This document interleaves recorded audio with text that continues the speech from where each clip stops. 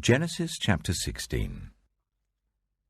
Now Sarai, Abram's wife, had borne him no children, but she had an Egyptian slave named Hagar.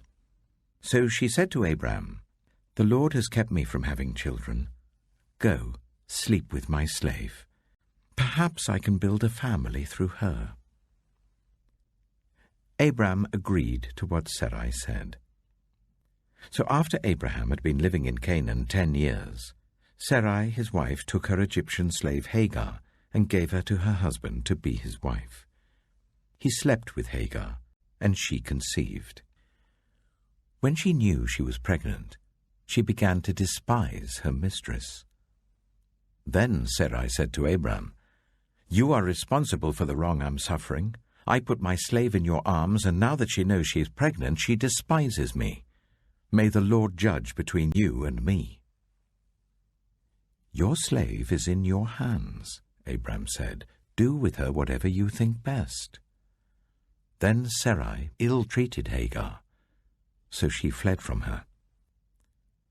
The angel of the Lord found Hagar near a spring in the desert. It was the spring that is beside the road to Shur. And he said, "Hagar, slave of Sarai, where have you come from and where are you going?" "I'm running away from my mistress Sarai," she answered. Then the angel of the Lord told her, "Go back to your mistress and submit to her." The angel added, "I will increase your descendants so much that they will be too numerous to count."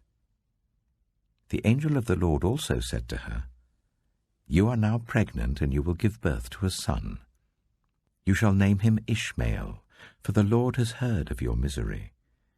He will be a wild donkey of a man. His hand will be against everyone, and everyone's hand against him, and he will live in hostility towards all his brothers." She gave this name to the Lord who spoke to her, "You are the God who sees me." For she said, "I have now seen the one who sees me." That is why the well was called Beer Lahairoi. It is still there between Kadesh and Bered. So Hagar bore Abram a son, and Abram gave the name Ishmael to the son she had borne. Abram was 86 years old when Hagar bore him Ishmael.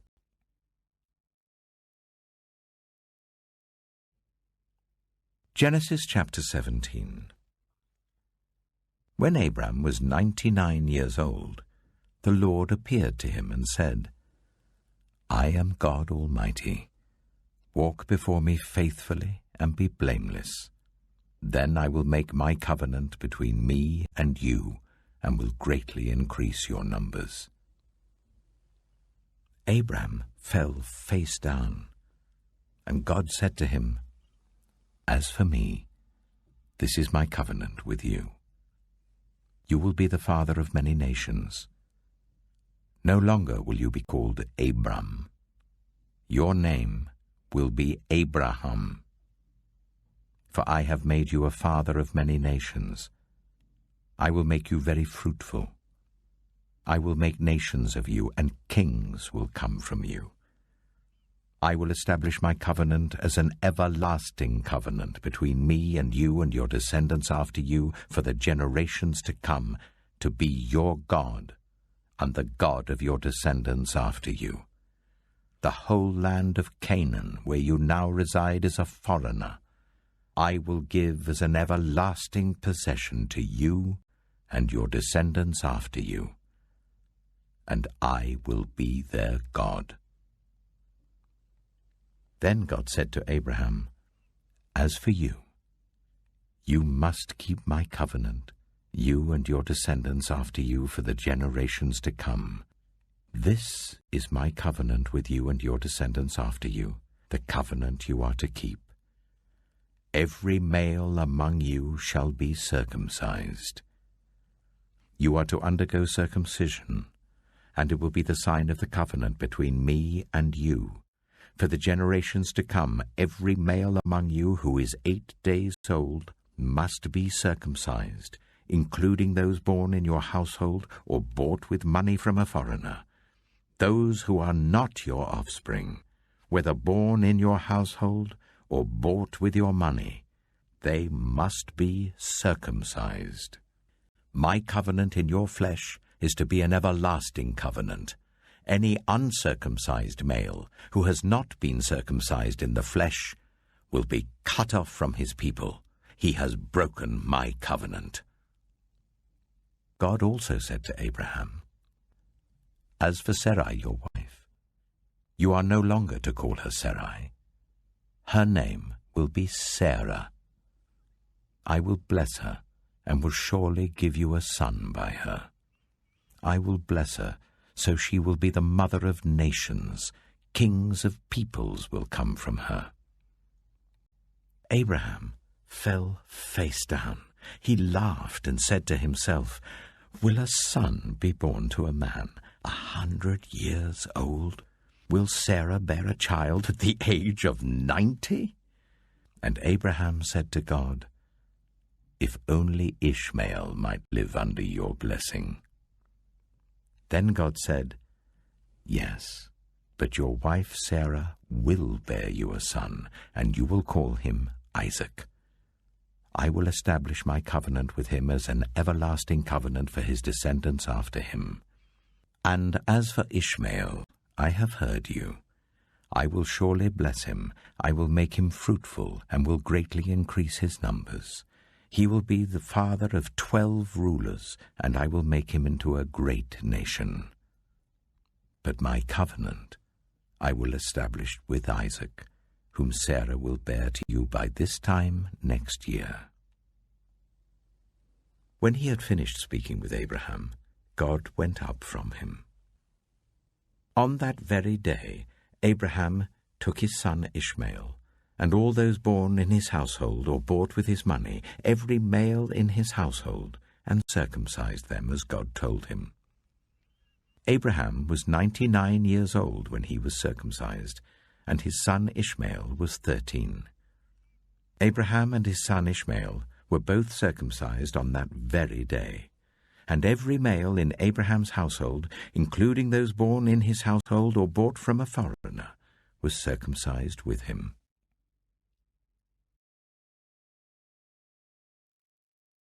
Matthew chapter 5.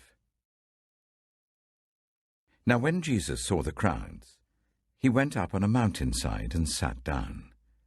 His disciples came to him, and he began to teach them. He said, "Blessed are the poor in spirit, for theirs is the kingdom of heaven. Blessed are those who mourn, for they will be comforted. Blessed are the meek, for they will inherit the earth. Blessed are those who hunger and thirst for righteousness, for they will be filled. Blessed are the merciful, for they will be shown mercy. Blessed are the pure in heart, for they will see God. Blessed are the peacemakers, for they will be called children of God. Blessed are those who are persecuted because of righteousness, for theirs is the kingdom of heaven. Blessed are you when people insult you, persecute you, and falsely say all kinds of evil against you because of me. Rejoice and be glad, because great is your reward in heaven, for in the same way they persecuted the prophets who were before you. You are the salt of the earth. But if the salt loses its saltiness, how can it be made salty again? It is no longer good for anything except to be thrown out and trampled underfoot. You are the light of the world. A town built on a hill cannot be hidden. Neither do people light a lamp and put it under a bowl. Instead, they put it on its stand, and it gives light to everyone in the house. In the same way, let your light shine before others, that they may see your good deeds and glorify your Father in heaven. Do not think that I have come to abolish the law or the prophets. I have not come to abolish them, but to fulfill them.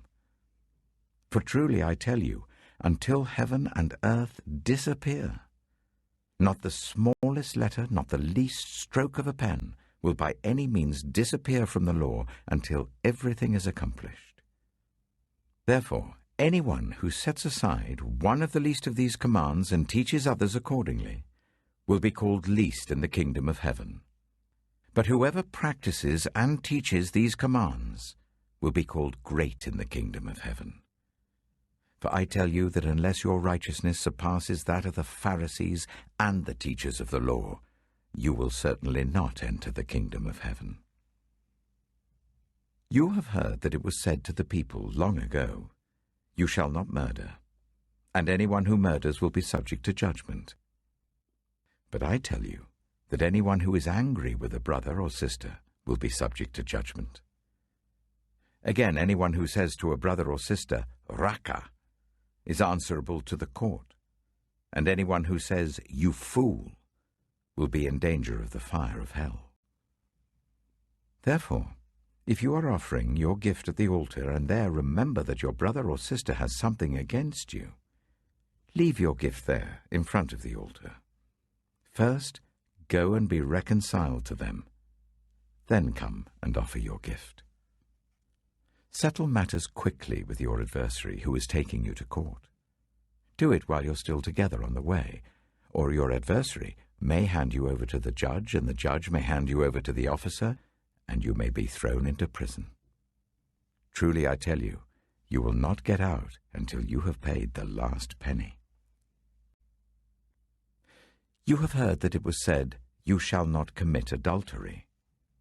But I tell you that anyone who looks at a woman lustfully has already committed adultery with her in his heart.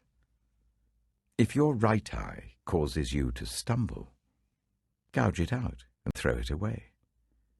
It is better for you to lose one part of your body than for your whole body to be thrown into hell.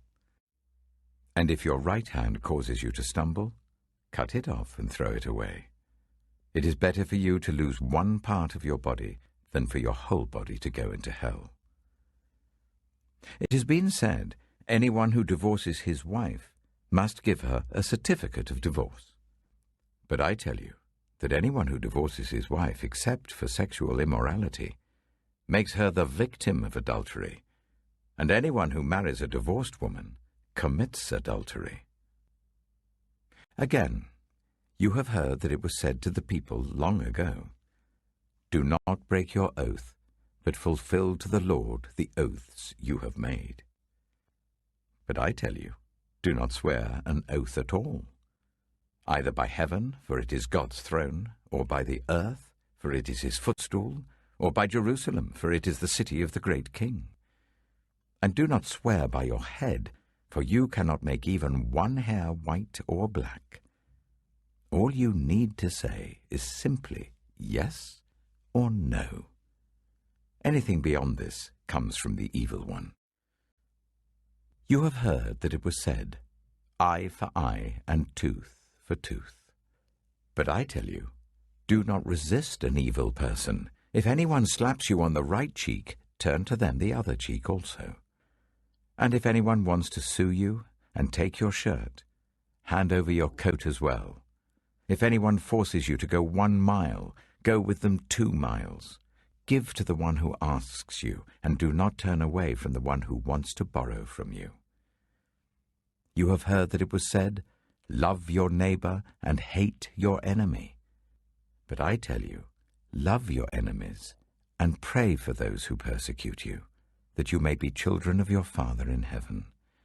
He causes his sun to rise on the evil and the good, and sends rain on the righteous and the unrighteous.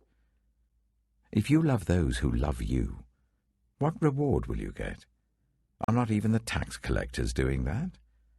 And if you greet only your own people, what are you doing more than others? Do not even pagans do that? Be perfect, therefore, as your heavenly Father is perfect.